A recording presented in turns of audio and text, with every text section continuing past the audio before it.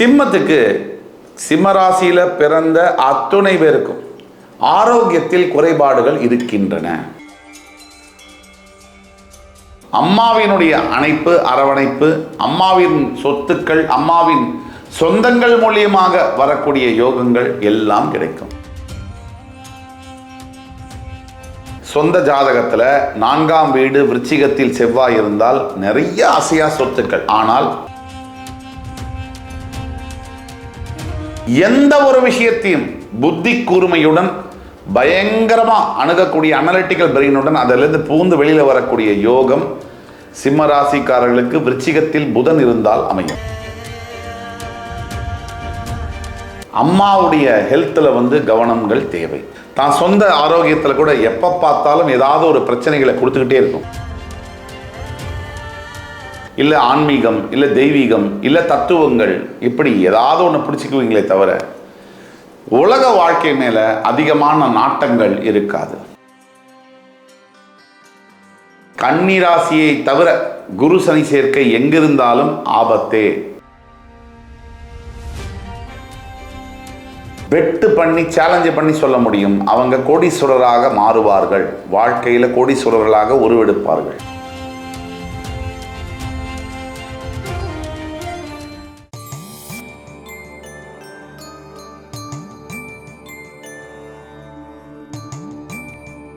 வக்ரதுண்ட மகாகாய சூரியகோடி சமப்பிரப அவிக்னம் குருமே தேவ சர்வகாரியேஷு சர்வதா. தென்னாட்டுடைய சிவனே போற்றி, என் நாட்டவர்க்கும் இறைவா போற்றி.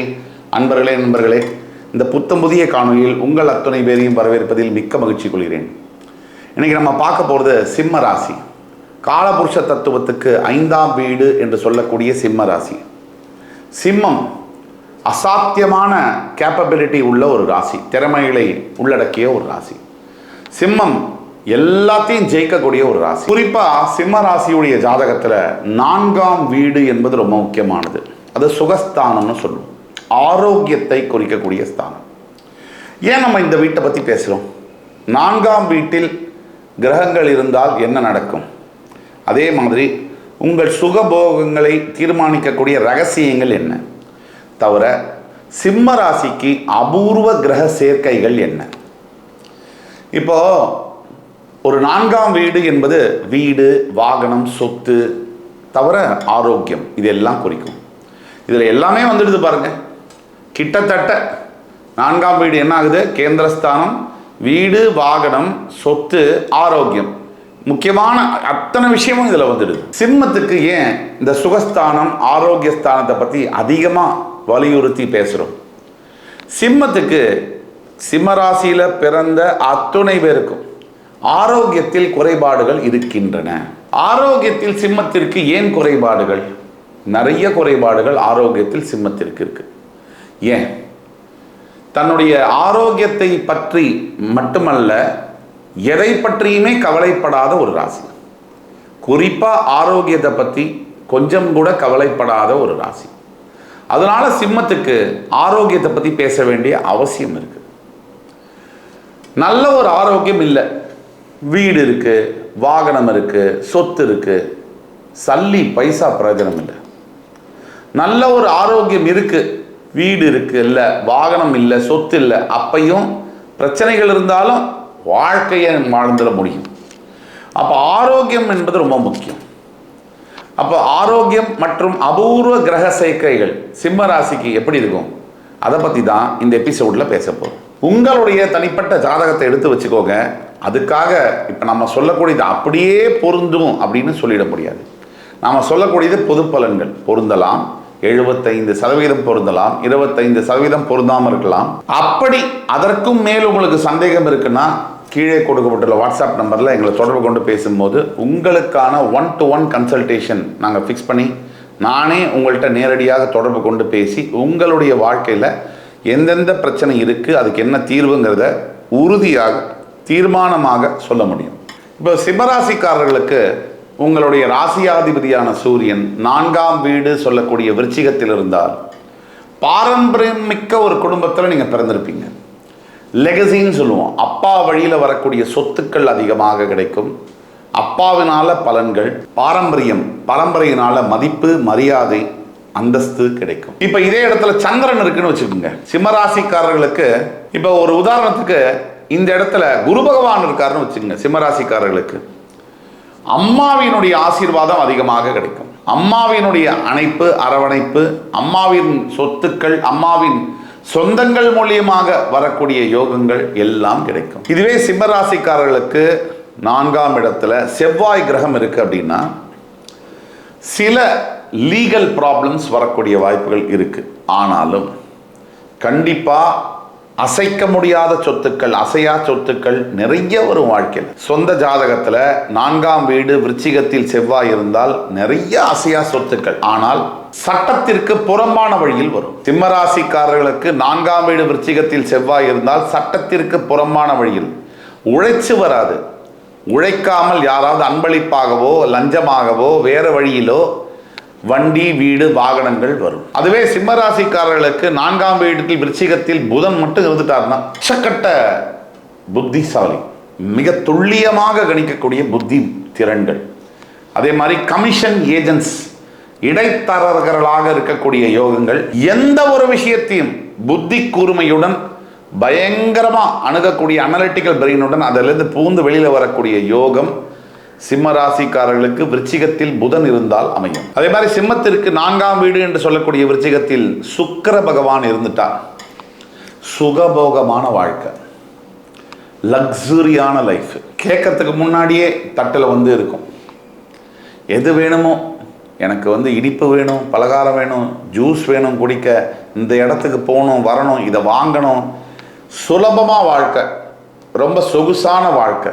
இது சிம்மராசியாக இருந்து 4ஆம் வீட்டில் சுக்கிர பகவான் இருந்து விட்டார். இப்போ நாம் சொல்லக்கூடியது இல்லை, உங்களுக்கு வேற மாதிரி பலன்கள் இருக்குன்னா பிறப்பு ஜாதகத்தில் ஃபுல்லாக பார்க்கணும், பார்த்து அதை நிவர்த்தி செய்யணும். ஆக உங்களுக்கு சந்தேகம் இருக்குன்னா கீழே கொடுக்கக்கூடிய வாட்ஸ்அப் நம்பரில் எங்களை தொடர்பு கொண்டு பேசினா 1-to-1 கன்சல்டேஷன் பண்ணி உங்களுக்கான ஜாதகத்தை பார்த்து துல்லியமான பலனை கண்டிப்பாக தர இயலும். அதுவே சிம்மராசிக்காரர்களுக்கு 4ஆம் பாவம் என்று சொல்லக்கூடிய விருச்சிகத்தில் சனி பகவான் அமர்ந்து விட்டால் அந்த வாழ்க்கை ஃபுல்லா மனபாரம், ஏதோ மனசுல போட்டு கொடையற மாதிரி இருக்கும். அம்மாவுடைய ஹெல்த்ல கவனங்கள் தேவை. தான் சொந்த ஆரோக்கியத்தில் கூட எப்ப பார்த்தாலும் ஏதாவது ஒரு பிரச்சனைகளை கொடுத்துக்கிட்டே இருக்கும். அதை மருத்துவர்கிட்ட போய் கவனம் பண்ணிக்கிட்டே இருக்கணும். கவலைப்படுறதுக்கு ஒன்றும் இல்லைனாலும் வீடு, நிலங்கள், சொத்து வாங்கும் போது வில்லங்கம் இல்லாமல் வாங்கணும் அப்படிங்கிறத கரெக்டாக கவனித்து வாங்கணும். அதுவே சிம்மராசி என்பவர்களுக்கு 4இல் ராகு இருந்து விட்டால் அபரிவிதமான ஆற்றல், பயங்கர அளவற்ற ஆசைகள் இதெல்லாம் இருக்கும். விருச்சிக ராகு சிம்மராசி என்பவர்களுக்கு இருக்குமே ஆனால் பிறப்பு ஜாதகத்தில் உங்களை மாதிரி எஃபிஷியண்டாக எவ்வளோ பெரிய சேலஞ்சையும் ஹேண்டில் பண்ணக்கூடியவர்களை பார்க்கவே முடியாது. உள்ள பூந்து நுழைஞ்சு வெளியே வந்துடுவீங்க.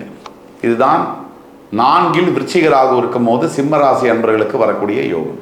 அதே 4ல் கேது பகவான் இருக்கார் உங்களுக்கு அப்படின்னா எது மேலேயும் அட்டாச்மெண்ட் இருக்காது, எதை பற்றியும் கவலையும் இருக்காது, உங்களுடைய வாழ்க்கையில் எது மேலேயும் ஆசையும் இருக்காது. எந்நேரமும் சாமி, கோவில், இல்லை ஆன்மீகம், இல்லை தெய்வீகம், இல்லை தத்துவங்கள், இப்படி ஏதாவது ஒன்று பிடிச்சிக்குவீங்களே தவிர உலக வாழ்க்கை மேல அதிகமான நாட்டங்கள் இருக்காது. சிம்மராசி என்பவர்களுக்கு 8ஆம் வீடு மீனராசி, அந்த இதில் குருவும் சனியும் இருந்தால் கல்யாணம் நடக்கிறதுல மிகப்பெரிய சிரமம், தள்ளி தள்ளி போகுது திருமணம். குரு சனி சேர்க்கை யாராக இருந்தாலும், எந்த ராசியாக இருந்தாலும், எந்த கட்டத்தில் இருந்தாலும், கன்னி ராசியை தவிர குரு சனி சேர்க்கை எங்கிருந்தாலும் ஆபத்தே. திருமணம் தள்ளி போகிறது, திருமண வாழ்க்கை தள்ளி போகிறது.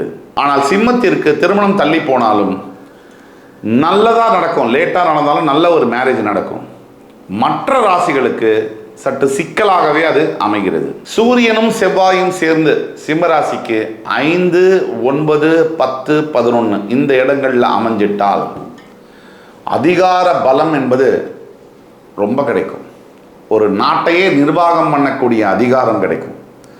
சிம்ம ராசிக்காரர்களுக்கு சூரியனும் செவ்வாயும் சேர்ந்து 5, 9, 10, 11ஆம் இடங்களில் அமர்ந்து விட்டால் அவர்களுடைய அதிகார பலம், அதிகாரப்பூர்வமாக அழுத்தமான பலங்கள் கிடைக்கக்கூடிய வாய்ப்புகள் 100% உண்டு. அதே மாதிரி புதன் சிம்மராசிக்கு 1, 4 6, 9 இந்த இடங்களில் அமர்ந்து விட்டால் சிம்மராசிக்காரர்கள் தன்னுடைய சொந்த முயற்சியினால் சொந்த புத்திசாலித்தனத்தை யூஸ் பண்ணி பெரிய இடத்தை பிடிப்பீங்க. அதே மாதிரி குரு கேது இந்த சேர்க்கை சிம்மராசிக்காரர்களுக்கு ஒரு அபூர்வ சேர்க்கையாகும். 1, 5, 9ஆம் வீடுகளில் சிம்மராசிக்காரர்களுக்கு குரு கேது சேர்க்கை வந்துருச்சுன்னா பெட்டு பண்ணி சேலஞ்சு பண்ணி சொல்ல முடியும், அவங்க கோடீஸ்வரராக மாறுவார்கள், வாழ்க்கையில் கோடீஸ்வரர்களாக உருவெடுப்பார்கள். ஆக சிம்மராசி என்பவர்களுக்கு உங்களுடைய 4ஆம் வீட்டில் அமையக்கூடிய கிரகம் ரொம்ப முக்கியமான கிரகம். வீடு, வாகனம், வாழ்க்கை, உங்களோட ஆரோக்கியம் இதையெல்லாம் தீர்மானம் பண்ணக்கூடிய கிரகம். உங்களுடைய பிறப்பு ஜாதகத்தில் என்ன மாதிரி கிரகம் அமைஞ்சிருக்கு, அதற்கான துல்லியமான பலன் என்ன அப்படின்னு தெரிஞ்சுக்கணும்னா கீழே கொடுக்குள்ள வாட்ஸ்அப் நம்பரில் எங்களை தொடர்பு கொண்டு உங்களுக்கும் எனக்கும் 1-to-1 கன்சல்டேஷன் செய்து உங்களுக்கு சரியான விதத்தில் அட்வைஸ் சொல்ல முடியும். உங்களுக்கான பரிகாரம் இப்போதைக்கு அஷ்டமத்து சனி காலகட்டங்களில் மெடிடேஷன், தியானம் என்பது முக்கியமான பரிகாரம். அது தவிர சிம்மராசி என்பர்கள் தொடர்ந்து சிவ ஆலயங்களுக்கு போய் தர்ம காரியங்களை செய்ய வேண்டும். இதை செய்ய செய்ய அஷ்டம சனியுடைய தாக்குதல்கள் கம்ப்ளீட்டாக அகலும். என் இனிய சிம்மராசி அன்பர்களே, இந்த எபிசோடு உங்களுக்கு பிடிச்சிருக்கும்னு நம்புகிறேன். அடுத்து வரும் காணொலியில் வேறொரு சந்தர்ப்பத்தில் மறுபடியும் உங்கள் எல்லோரையும் சந்திக்கும் வரை உங்களிடமிருந்து விடைபெறுவது உங்கள் சுபாஷ் பாலகிருஷ்ணன். நன்றி, வணக்கம், வாழ்க வளமுடன்.